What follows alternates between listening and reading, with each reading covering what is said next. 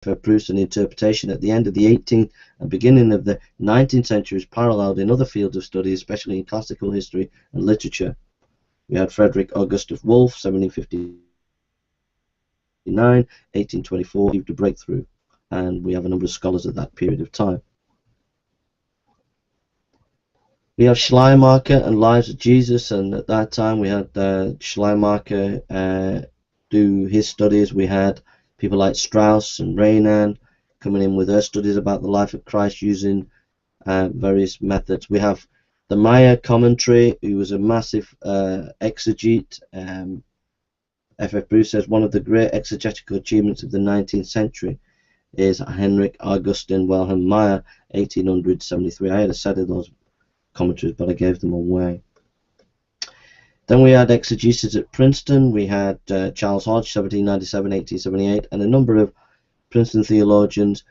We have Stewart as well, Dr. Stewart, who wrote some massive commentaries and was very important at that period in America.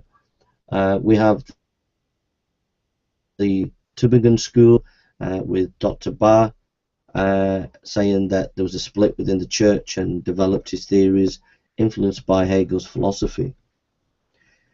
We have Essays and Reviews, a very famous piece of work developed by Benjamin Jowett, saying we should study the Bible as we study any ancient literature. We have the Cambridge School, Westcott, Bishop Westcott, 1825-1901, Fenton Anthony Hort, 1828-92, and Lightfoot, Bishop Lightfoot. These were massive scholars on New Testament, tried to study things in a very historical context, look at the early church fathers and what ancient texts said. They were massive scholars. We can disagree with some of the things that they said, but they were, from a scholarly point of view, a high mark in British New Testament studies. Then in the 20th century, emphasis on eschatology. A number of scholars began to concentrate on eschatology. We have Albert Schweitzer with his study of 19th century lives of Jesus. We have von Remus Reed, The Quest for the Historical Jesus. This epoch-making work reviewed the gospel research of more than 100 years. It was a massive work by Schweitzer. Schweitzer emphasized quite a bit about eschatology. Then we had Realized and Present Eschatology, The Kingdom of God and the Future of Man by Rudolf Otto. And C.H. Dodd developed stuff from like the Parables of the Kingdom, 1935, British scholar. This realized eschatology, says F.F. Bruce's perspective, was preserved in some New Testament writers, notably in the later Pauline letters. The solid contribution of Dodd's realized eschatology to New Testament exegesis has been its emphasis on the ministry of Jesus. History of Religion School then developed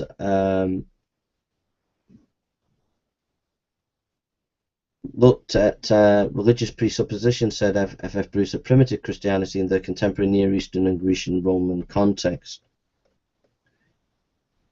Then we looked at Acts and incipient Catholicism, and there were scholars like Fawkes, Jackson, Cursor, Blake, etc. Martin Diblius, Hans Konzelmann were some of the scholars at that time. The New Hermeneutic, F.F. Bruce writes, the New Hermeneutic represents a modern endeavor to make the message of the New Testament intelligible and relevant to contemporary man. It is closely related to Rudolf Bultmann's constant affirmation, says F. Bruce, that this message is concerned with human existence and that it is with human existence that contemporary man is essentially concerned. End of quote. Gospel criticism. By the 20th century, synoptic gospels were at the heart of the discussion. B.E. Streeter propounded a four-source hypothesis of the gospels in 1924, and by Wilhelm Bussmann, whose book 1929 distinguished two sources of key material, etc. We can go on in depth there. The New Quest for the Historical Jesus, J.M. Robertson, A New Quest for the Historical Jesus, 1959, is plainly meant to echo a title of Albert Schweitzer's great work.